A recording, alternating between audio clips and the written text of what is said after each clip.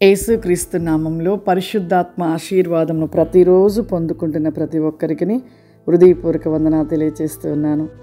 ప్రతిరోజు కూడా మనం పరిశుద్ధాత్మ ఆశీర్వాదాన్ని పొందుకోవాలి. ప్రతి దినము కూడా ఈ లోక సంబంధమైన వాటి మీద దృష్టి పెట్టక దేవుని వైపుగా మన మనసు ఉంచి లేచినది మొదలుకొని పడుకున్న వరకు కూడా మన హృదయంలో మన మనసులో దేవుడిని జ్ఞాపకము చేసుకుంటూ నెమరవేస్తూ తను చేసిన మేలులను నెమరవేస్తూ ప్రతి విషయాన్ని మనము దేవుడు చేసిన విషయాలకి కృతజ్ఞత చెల్లిస్తూ మనము దేవునితో ఉన్నట్లయితే నిజంగా ఎన్ని ఆశీర్వాదాలు పొందుకుంటాం.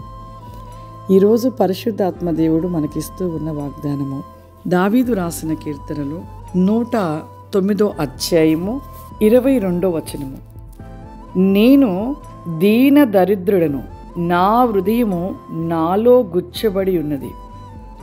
నేను దీన దరిద్రుడను, నా హృదయము నాలో గుచ్చబడి ఉన్నది. ఈ యొక్క మాట చూడండి, ఎంత తగ్గింపు కలిగి ఉంటే దావీదు గారు అంత విజ్ఞాపనైన ప్రార్థన.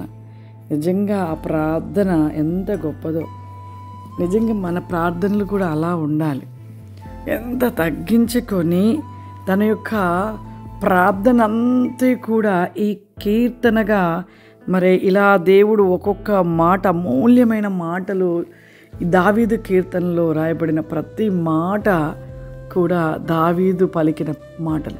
ఎంత తగ్గింపుతో అడుగుతున్నాడు, దీన దరిద్రుడినయ్యా, నా హృదయము నాలో గుచ్చబడుతూ ఉన్నది. ఆ గుచ్చబడుట అంటే ఏంటి అంటే, మనము చేసిన ఒక తప్పులు అవి మనలో ఎలా ఉంటుండే అంటే అవి ఒక సూదుల వలె గుచ్చబడి ఉన్నవి అని చెప్తున్నాయో.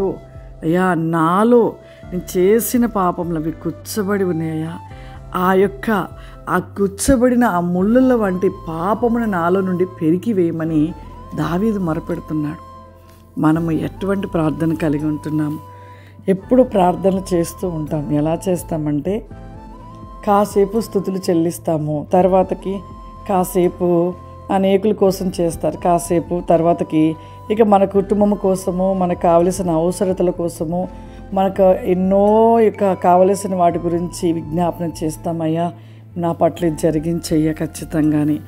ఇక అలా చేస్తూ ఉంటారు. కానీ ఎప్పుడైతే మనము మన ప్రార్థనను బట్టే విజయాన్ని పొందుకుంటాం, ప్రార్థన చేయడంలో మనము నిజముగా మొరపెట్టుటలో కూడా హృదయపూర్వకంగా మొరపెడుతూ మన ప్రార్థనలో ఎలా ఉండాలంటే తగ్గింపు ఉండాలి, పశ్చాత్తాపం ఉండాలి, దీనత్వం ఉండాలి.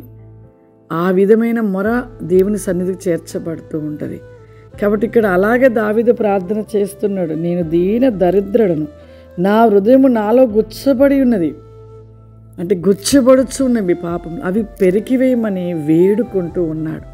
మనము కూడా ఎప్పుడు అవసరతల గురించి, మనకు అవి కావాలి ఇవి కావాలని అవి కాదు మనం అడిగేది. మనము దేవుని నమ్మాము అంటే దేవుడు మన పట్ల కార్యం చేయటం నమ్మాం. నమ్ముట ఒక ఎత్తు అయితే నమ్మకముగా జీవించటం మరొక ఎత్తు.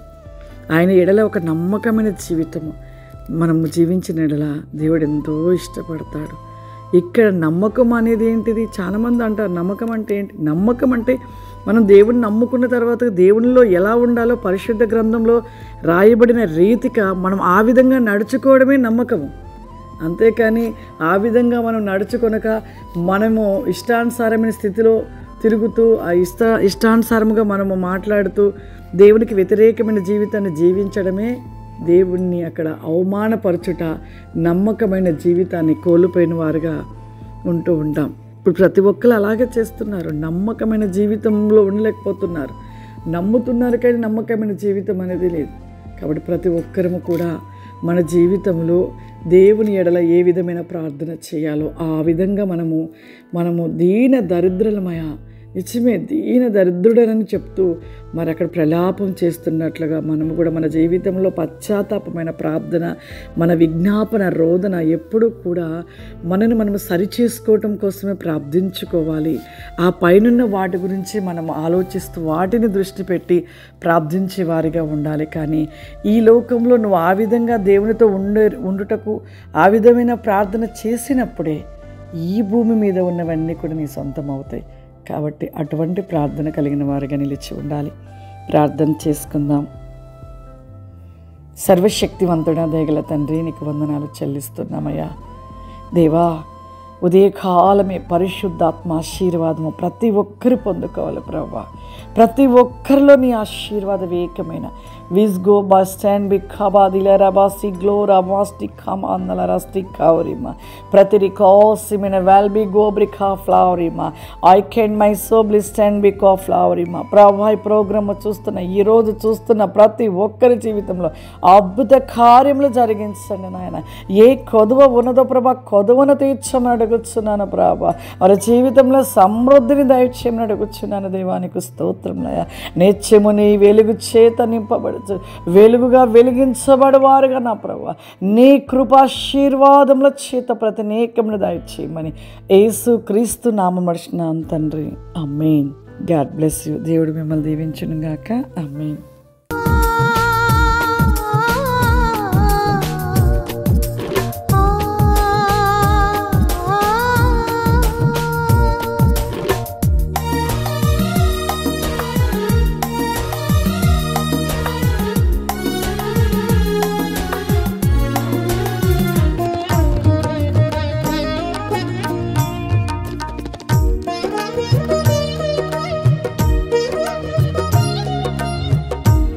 Thank you.